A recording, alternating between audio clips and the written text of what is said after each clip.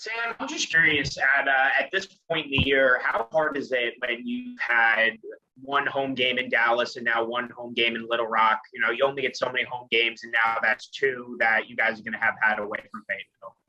Yeah, I think there's a lot to be, there's a lot reason to ask the question. You go to Dallas, even though it was a home game this year, we could give tickets, but we couldn't talk to anybody. Same thing. You go to Little Rock and you can't talk to any recruits. It certainly is not good for recruiting. Let's say that. The other thing is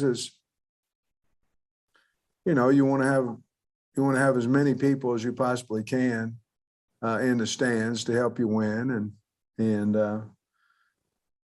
the other thing, you're on the road. I mean, no matter how you look at it, you can say H is for home, but you're on the road. So I'll say this, that, having two in the same year, it's hard. It's not, especially when they're supposed to be, we walk right out here. If we could cut that down to one or so, that, would be a lot better. But it is what it is. And I want to say this, we're going to embrace Little Rock. We really are. I think, some coaches going, well, why are we going over? Not ours, but I'm saying, why are we going over? Well, hell, we're going over there because people in Little Rock want us to come over there, and we're going to come over there and we're going to have a good time. And we need to go over there and win. When I was here before, I think we lost 2 out of 3 maybe over there or something, but we need to go over there and win and put on a show for the fine folks in Central Arkansas.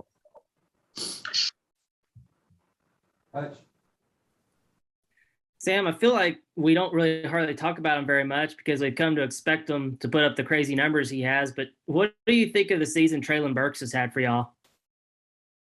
Isn't it amazing? Because, in his standards, probably started off slow, against Rice, wasn't able to practice and proved a pretty good point.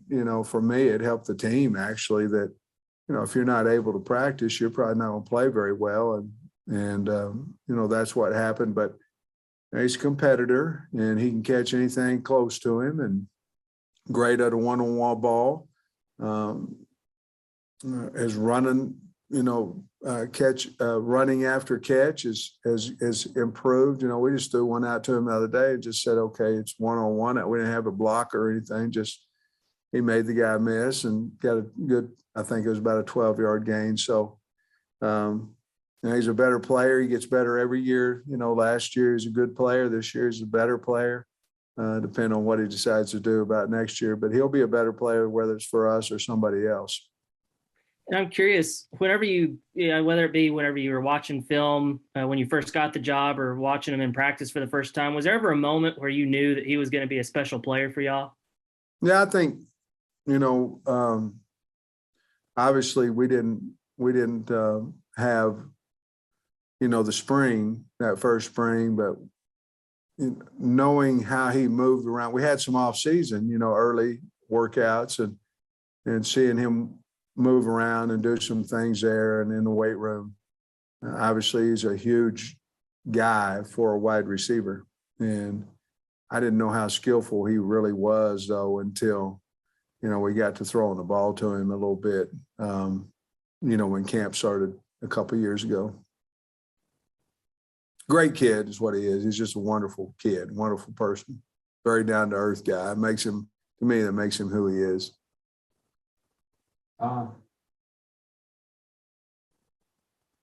Hey, Sam, first couple of days of practice this week, we've seen some younger guys at safety and nickel. How are they looking? And could that be indicative of what we see on Saturday? Sure.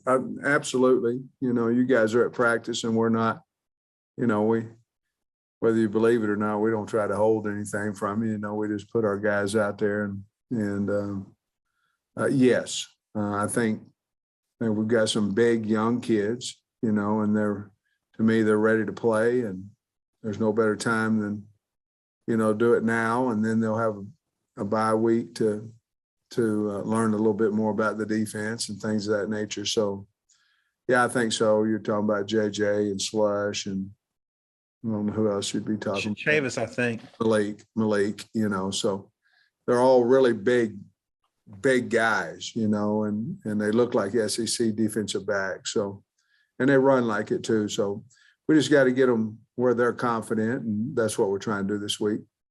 And what does that mean for a Greg Brooks, Simeon Blair? I mean, they still get playing. Nothing at all. I mean, they certainly have been in the rotation as well this week. It just means that, once a young guy starts catching up to an older guy, then you got to put him in there and see if he can pass him or see if he can't. And we're going to play a bunch of those guys anyway. So it really doesn't mean anything to Greg or Simeon. It just means that we feel like these guys are getting closer and closer to them, and we'd like to see them play in a game.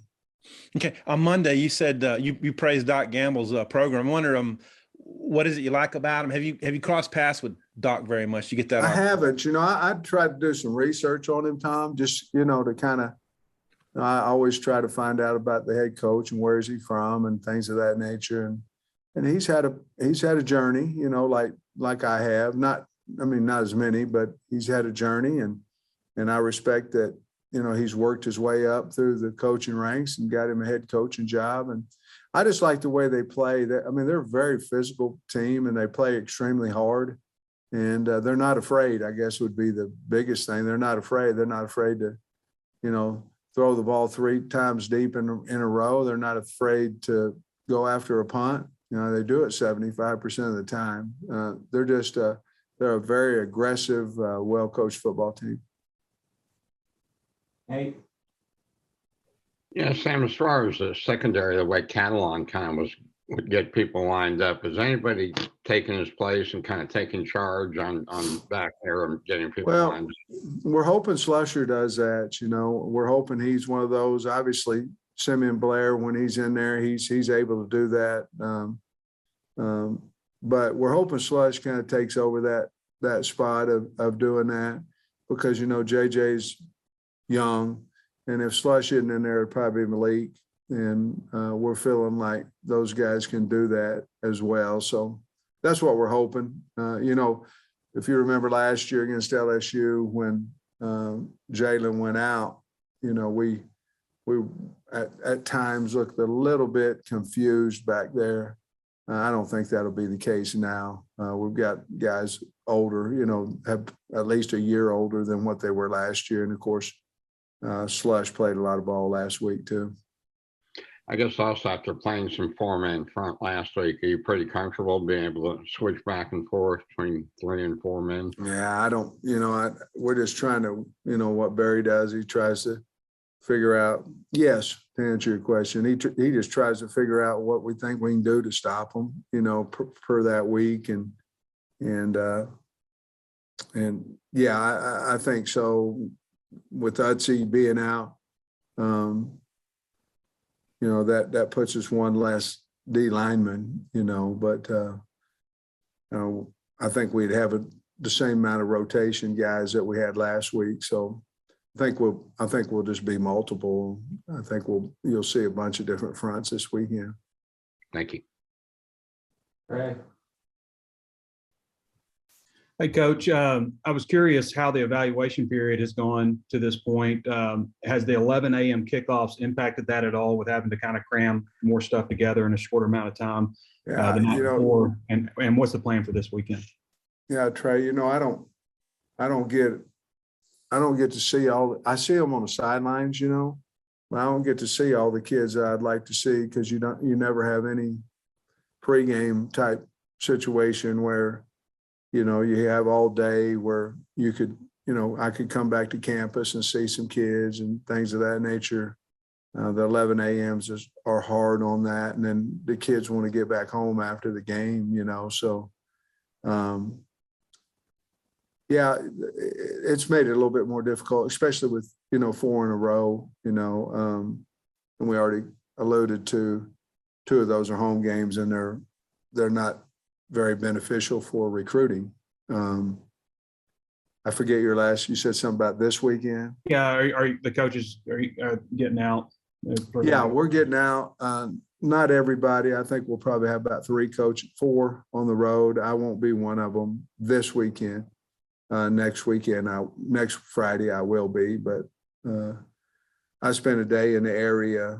I can't remember what, for last Friday, I believe, last Friday morning, I was able to spend a day in locally, and I'll be able to get out next Friday. But we've been sending out some coaches in areas on Fridays for probably the last 4 or 5 weeks. Probably didn't do it early just to make sure the team was ready to roll, but I think we're pretty used to it right now. Thanks, Coach. Natalie? Coach, obviously you've had some success recruiting in the state of Arkansas. I always want to go after the best players, but when the Central Arkansas and its resurgence with the coaches, the player numbers, how important is that to a program, to have that area of the state, producing football players? Well, I heard most of that. I think you asked me about how important it is for the central part of the state to have players. Vary, the more the better, to be honest with you. If we're going to over recruit, it would be our state. If you're going to sit there and you go, well, maybe, I think so, but we know more about him, his heart, this, that, and other, we're going to offer the guy in the state of Arkansas. Sometimes you offer a kid and they go, and y'all go, or whoever goes, wow, how, I didn't see that. It's just, if we're going to take a chance, the ones that we get out of state, we want to go, yeah, we're right. The ones in state, we want to be right on those as well, but we'll also take a few more chances there, including the walk-on program. But I think anytime you have, 8 to 10 guys in your state that you want on a football team, I think that it just helps you tremendously with the whole recruiting process. Thanks.